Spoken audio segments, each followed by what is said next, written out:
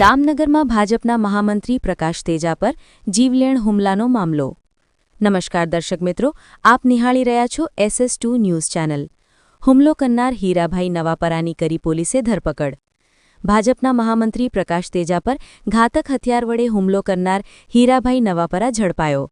ધારાસભ્ય જનક તળાવિયાની હાજરીમાં બ્રિજના ખાતમુહૂર્ત પ્રસંગે કરાયો હતો ભાજપના મહામંત્રી પર હુમલો। હુમલો કરનાર હીરાભાઈ નવાપરાની પોલીસે ઝડપી પાડી હત્યાના પ્રયાસનો ગુન્હો નોંધી કાર્યવાહી હાથ ધરી।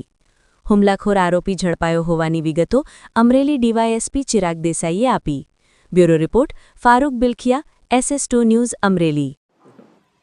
દામનગર પોલીસ સ્ટેશન વિસ્તારમાં રહેતા પ્રકાશભાઈ લાભુભાઈ તજા કે જે ગઈકાલના રોજ સવાર 10:30 થી 11 વાગ્યાના અરસામાં દામનગરથી ઠાસા રોડ પર આવેલ નવા ચેકડેમ નવા પુલના ખાતમુહૂર્તમાં હાજર હતા। એ દરમિયાન ઠાસા ગામના વતની હીરાભાઈ નવાપરા દ્વારા પાછળથી ધારિયું લઈને આવીને જીવલેણ હુમલો કરેલ।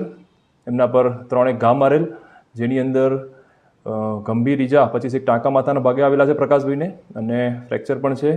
આ બનાવનું કારણ પ્રકાશભાઈના કહ્યા મુજબ કૌટુંબિક કારણોસર એમના પર હુમલો કરવામાં આવેલ છે। હાલમાં દામનગર પોલીસ સ્ટેશનમાં BNS કલમ 109 મુજબ ગુનો દાખલ કરી આરોપીની અટક કરવામાં આવી છે। આગળ તપાસ કાર્યવાહી ચાલુ છે। અને આની ઉપર કે પહેલા ગુના દાખલ થયેલા છે કે કઈ? હાલમાં કોઈ ગુનાહિત ઇતિહાસ ધ્યાનમાં આવેલો નથી।